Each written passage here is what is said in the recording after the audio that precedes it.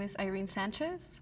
I am 30 years old and I have a 5-year-old daughter and a 9-year-old stepson. When I was pregnant, I felt just excited. I was surprised because it did catch me off guard a little bit.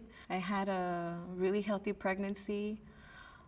My delivery was intense, but I was able to have a natural unmedicated birth, and I was very happy about that. So I just felt excited for the future. I would just stare at her and just think about how beautiful she was. When my daughter was about, I think maybe 6 to 8 months, that's when I started just feeling secluded, lack of energy, feeling very introvert. There was all these things that I was not prepared for. I just had less energy, less motivation. I started to really realize all the things that are necessary, not just to raise a child, but to maintain a household, a healthy relationship, a career path. Our financial situation was very tight, so that was really adding a lot of stress. I'm originally from Mexico, and I have only a handful of family members in the country, so I really didn't have a good support system to help me out with, changing diapers or even just holding her. I would just brainstorm constantly, like, what can I do to keep myself going? What can I do to keep myself motivated? And when my baby was asleep, just me thinking, will I be able to take care of her properly? I just felt so tired, so not nourished or not taken care of. So it was a real struggle for me to try to do my best to provide for her and to be there for her when I was feeling so low.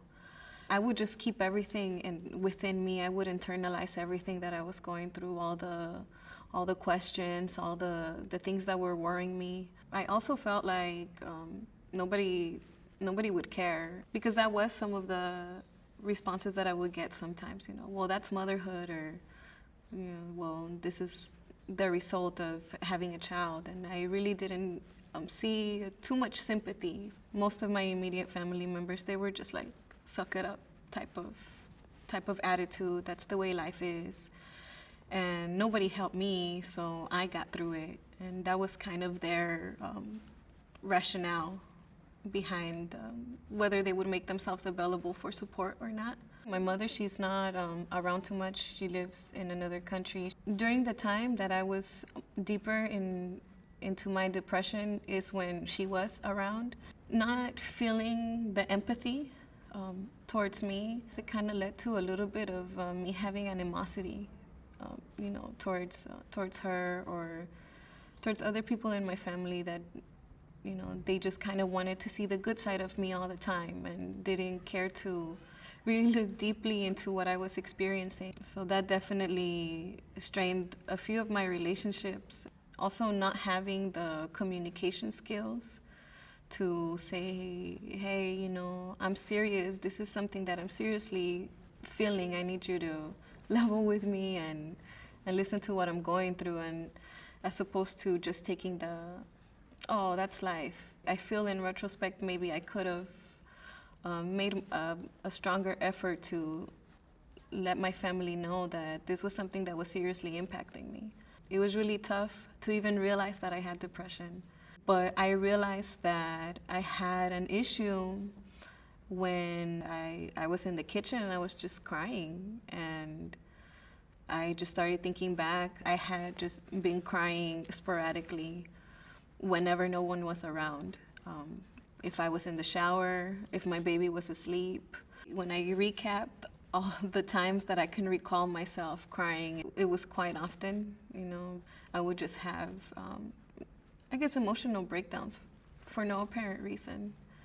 That's when I decided to start speaking out more a little bit to my close friends, even though at first I thought they may not care or nobody wants to hear my problems. Opening up that dialogue with my close friends and learning that they were facing some of the same issues, it let me know that I was not crazy and that I was actually going through something that was actually kind of normal. I realized that I had something that was treatable and that I would be able to get better. What helped me the most definitely had to be opening up myself to dialogue. Just realizing that in a way there was somebody out there that felt my pain, that was going through the same thing or very similar to what I was going through, and that since we understood each other, we were willing to create a support system. Coming together as a community and just helping each other out as moms and having play dates, opening up about what are some of my aspirations and how I can also help other mothers with their issues, and just seeing that there's really friends and family that do care, even or organizations that care, that understand, and that are there to help.